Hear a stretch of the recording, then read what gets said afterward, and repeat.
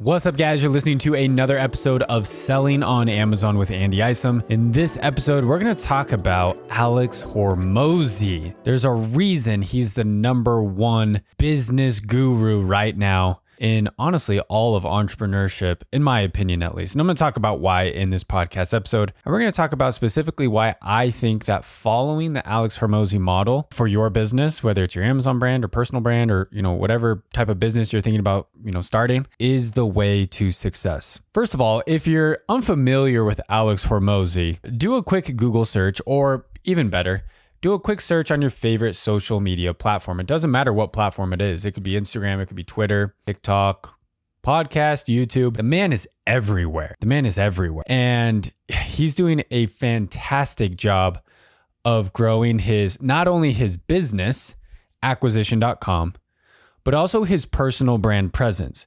And again, I know that my podcast is obviously focused around selling on Amazon, building your e-commerce brand, but we can take what Alex has done really, really well in just the past 3 years, and take pieces of what strategies he's implementing for his different businesses and think about creative ways that we could apply those to our own brands. So again, just to give a little backstory of who Alex Hormozi is, he started in the gym space. In fact, if you go even further back, he comes from a well-off family. I think he mentions a few times his dad was a dentist, a dentist or doctor, one of the two. So he came from a well-to-do family. He went to business school, I think, if I remember correctly, and it was a good school, like a, top program, top university in the United States. And he had a good writing job, copywriting job or something. I know I'm totally flopping here on the backstory of Alex. I'm not reading any notes here specifically about his backstory. I'm just going off the cuff. But anyways, he came from, a good solid background. Even with that, graduating from college, getting a corporate job, he decided he wanted to do his own thing, which was start gyms. He was super into fitness, super into working out. So he said, I'm going to start gyms. So that's what he did. He opened up his own gym. And then he worked on opening up other gyms. He got screwed a few times by some business partners and partnerships, lost all of his money, had to kind of go back to the drawing board a few times there in his 20s, mid-20s. But ultimately, he kind of caught his big break where he realized, hey, maybe opening gyms isn't my business model. Maybe it's teaching people how to scale their gyms, how to get more members through the door. And so, he would do this thing where he'd fly out to people's gyms, do all the marketing for them. He's good at Facebook ads. That was his background. Do all the advertising, get people into their gyms, earn a commission off that. Then he ended up licensing that entire program so he could scale it. So instead of actually going out to gyms, he could sell the program to gym owners and they could learn how to scale and launch their gyms. And he called it Gym Launch. Ended up being a super, super successful, multi-million-dollar successful business. I think he had a big exit. And then he started acquisition.com, where now he just buys up other businesses or buys into other businesses, invests in other business, I guess you could say. So he takes businesses that are in the $1 to $3 million range and scales them up $20-50 million, right, until they can have a nice exit and make some sweet ROI from that. So to kind of understand his backstory, you can see that he's had success along his journey, right? So he's tasted success. He's found what's worked. He's definitely had his fair share of failures, though, along the way. Now, when it comes to Alex's current business, right? Okay, Gym Launch, yeah, it was awesome. It was great. It scaled, did really good. But I don't think there's any argument that his current business with acquisition.com and his personal brand is far more successful than any of his previous business endeavors. So let's talk about a few things that he has done recently, right, in the past few years, to get to where he's at, to where he's essentially a household name in entrepreneurship now, in honestly a very quick, relative short time frame compared to a lot of the other Tony Robbins and those types of guys who've been doing this for 20, 30 years. A few things that Alex has done, and he also preaches this. He practices what he preaches, which is one takeaway that we can model after. But something that Alex has done very, very well is reinvest. Reinvest. Whatever he has made, reinvest into that business or reinvest into the next business. So you think about the earnings that he got from his early gym days, reinvest that into the program, reinvest that into the licensing. So he was able to reinvest and then double up. Reinvest, double up. Guys, that is one of the quickest ways to scale, is to reinvest. The sooner you take money out of your business, the slower you're going to grow.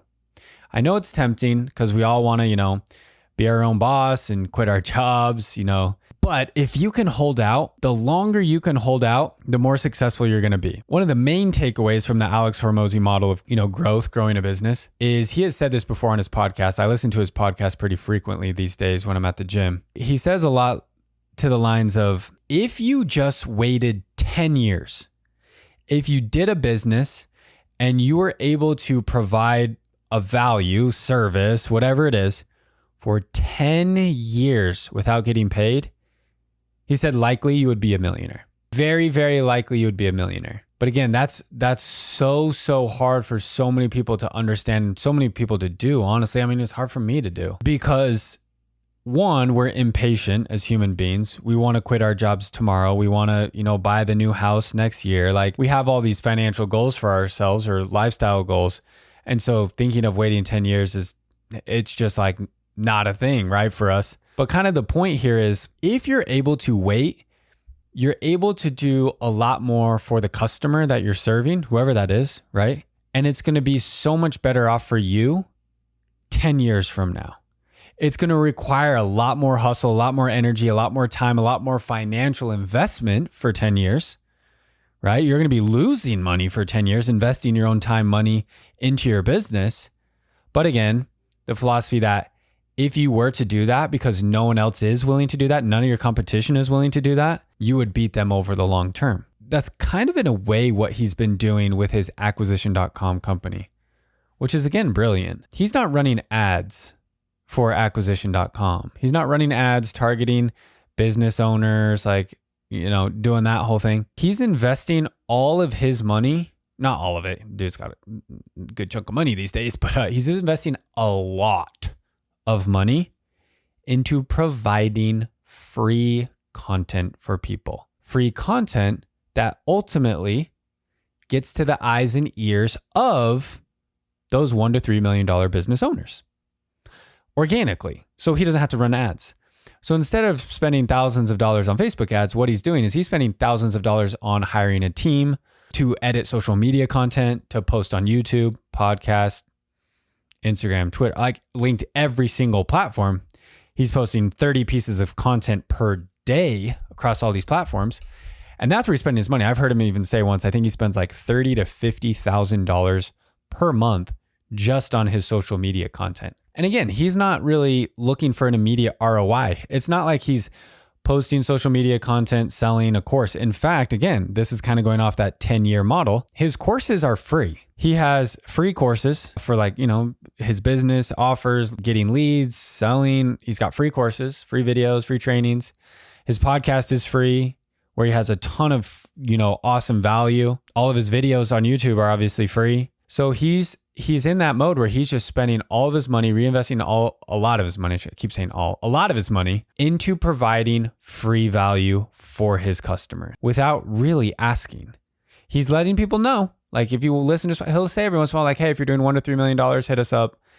And he said he's getting thousands of requests per month for those companies who are like, hey, I want to work with you. And he has to turn a lot of them down. He only works with, a handful, but he's proven that model of reaching your customer works.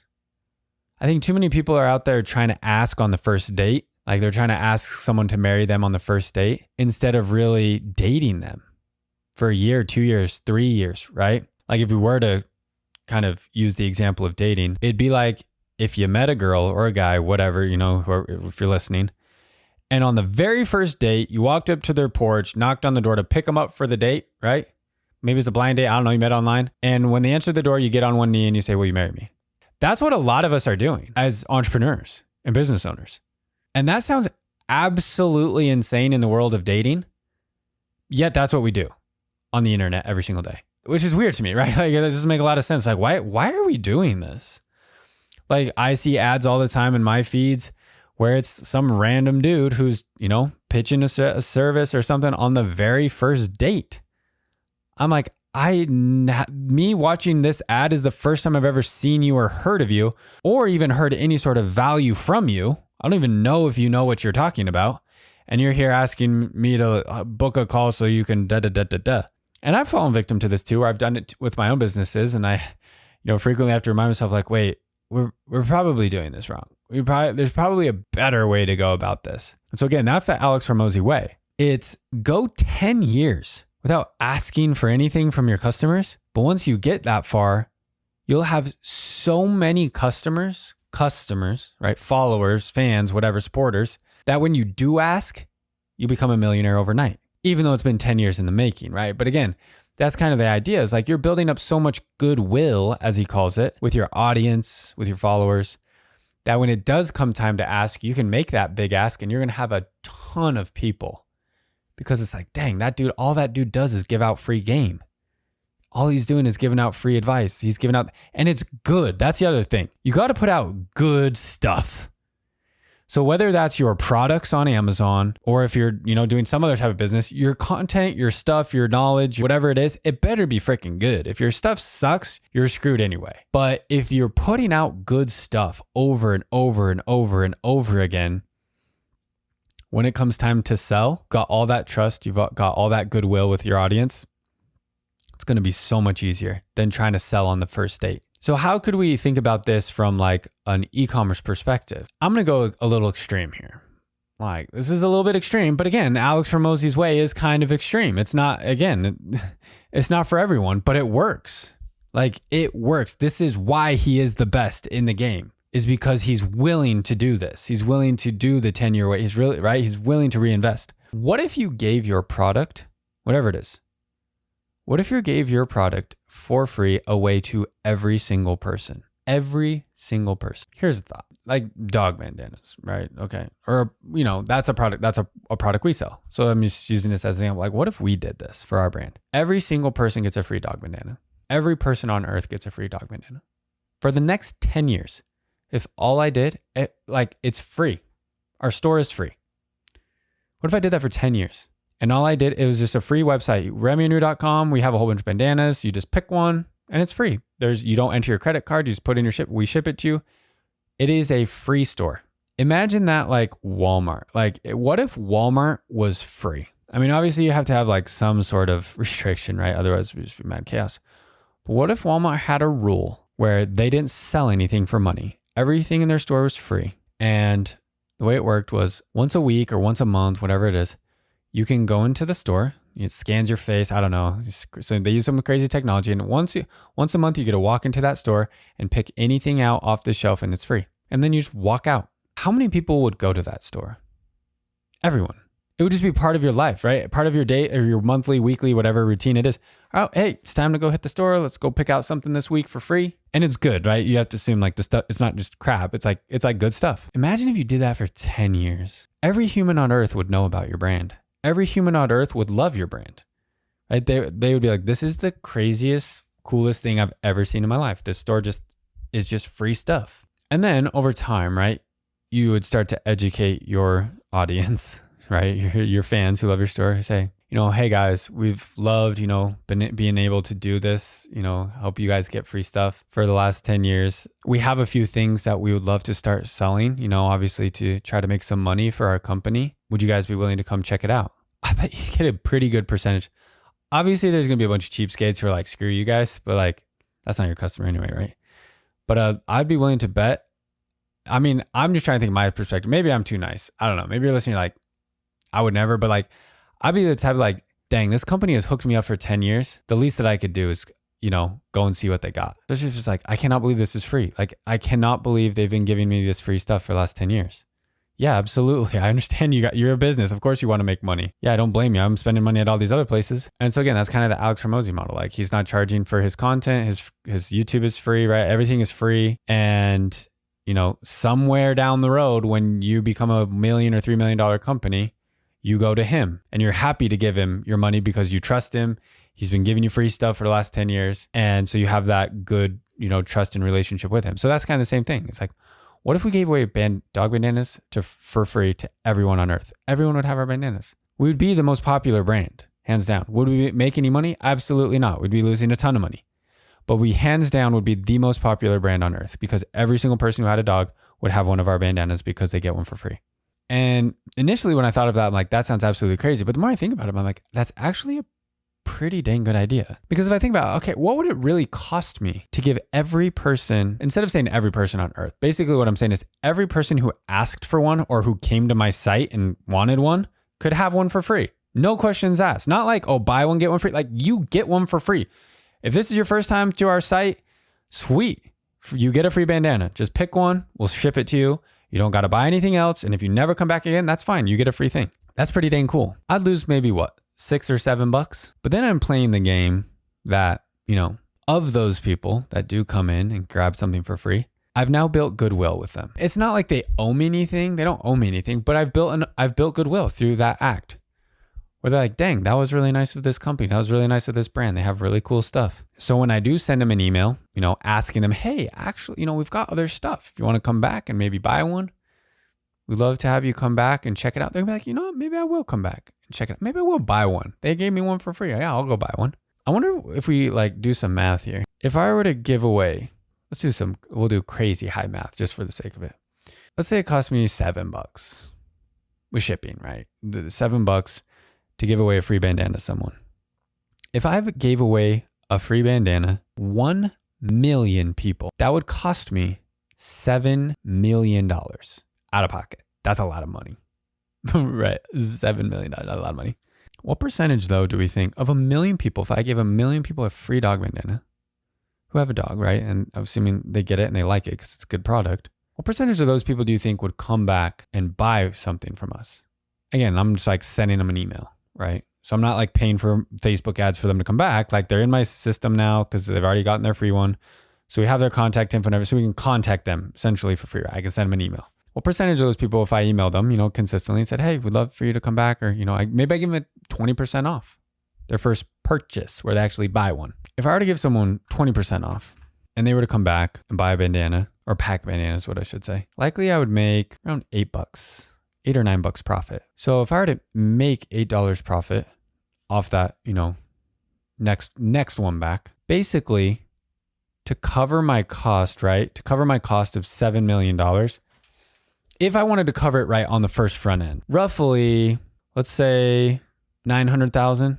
If 900,000, let me do my math right here. Yeah. If 900,000 people came back and bought a bandana for 20% off, then I would have covered my $7 million. I would have made $7.2 million roughly. But 9 out of 10 people coming back and making a purchase is crazy.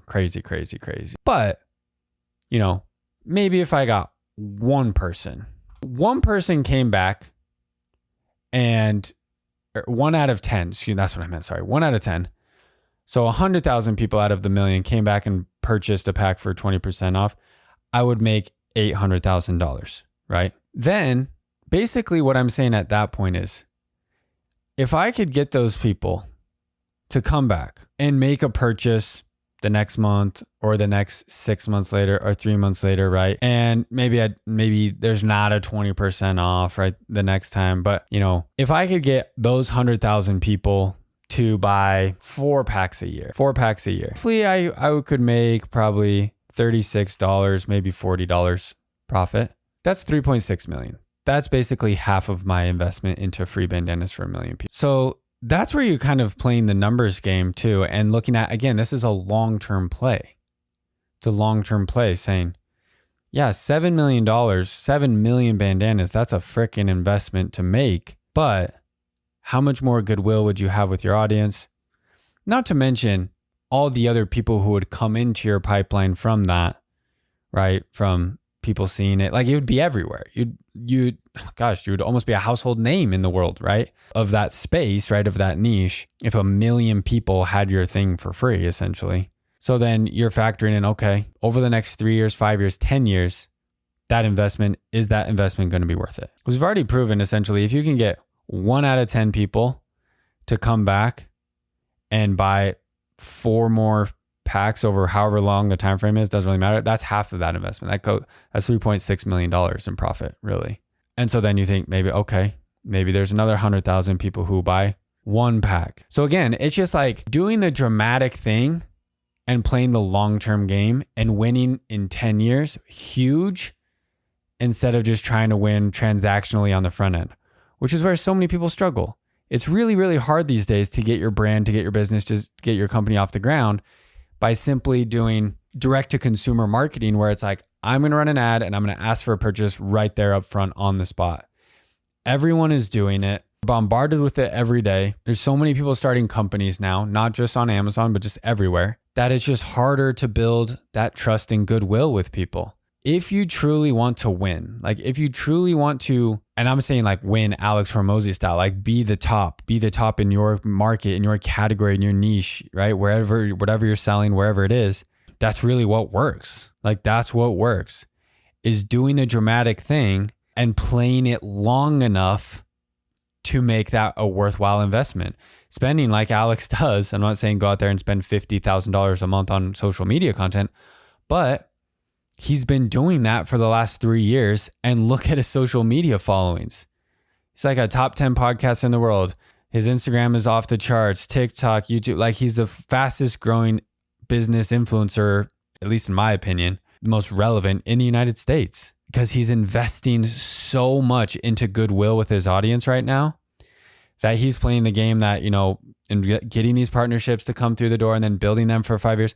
That, yeah, he's spending hundreds of thousands of dollars every month or year right now to grow his personal brand, to grow his acquisition.com, knowing he's going to make $1 billion off of it 10 years from now. That's kind of the game, guys. Like if you want to be at the top, and here's the crazy thing, like just to wrap up the episode, I keep listening to how I built this. I know I talked about it in the last episode, but I've been listening to more episodes. I listened to another episode about Drunk Elephant.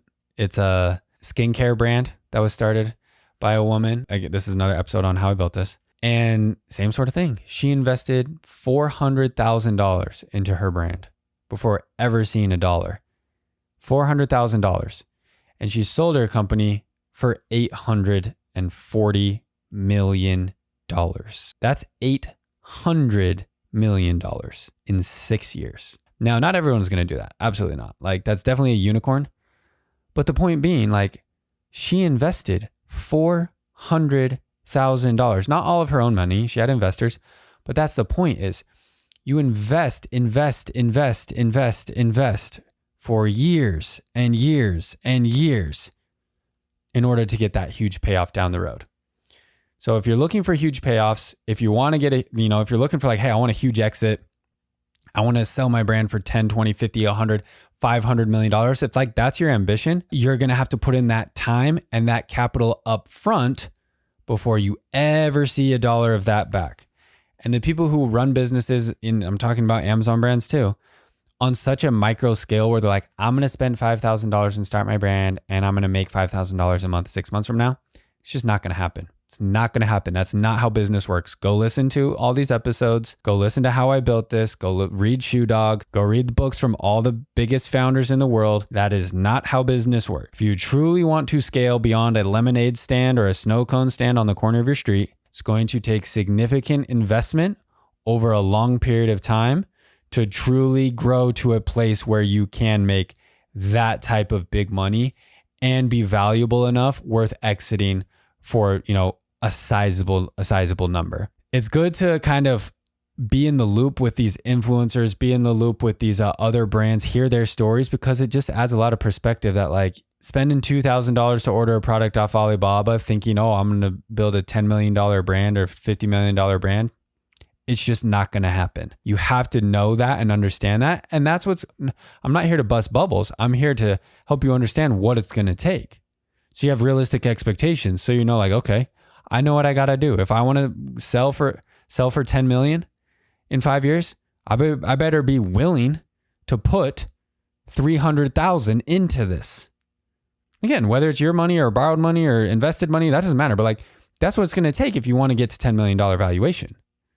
It's not like, oh yeah, I'm just going to just bootstrap this and spend a couple $100 and sell it. No, that's just not how it works. So have realistic expectations, understand what your goals are, what you're capable of, and where you want to take this. And I promise you, if you understand that and understand how business works, then you're actually going to be happy in this, and you're not going to be frustrated and dissatisfied and wondering, oh, when is it going to happen? Why am I not at this level or this level? It's because you just aren't understanding how to get to the top of the game. You can look at, like I said, you can look at so many other examples out there and learn from them and figure out, okay, So this is what they're doing to get to the top and get to this level that they're at. Guys, I want you to be successful. I'm here to help you guys do that. Obviously, I'm still learning myself, and a lot of these lessons are for me more than anyone else. It's me speaking it out loud, so I absorb it and I internalize it and try to make it part of my being and my belief and my strategy. So I appreciate you guys following along the journey. It's been an amazing journey. I'm here for the long haul, right? I know it's going to take a long time to reach my goals that I have for my businesses and my brands, but we keep trying, we keep testing, we keep learning together. We're going to get there. We're going to get there. All right. Once again, guys, you're listening to Selling on Amazon with Andy Isom. We'll see you in the next episode.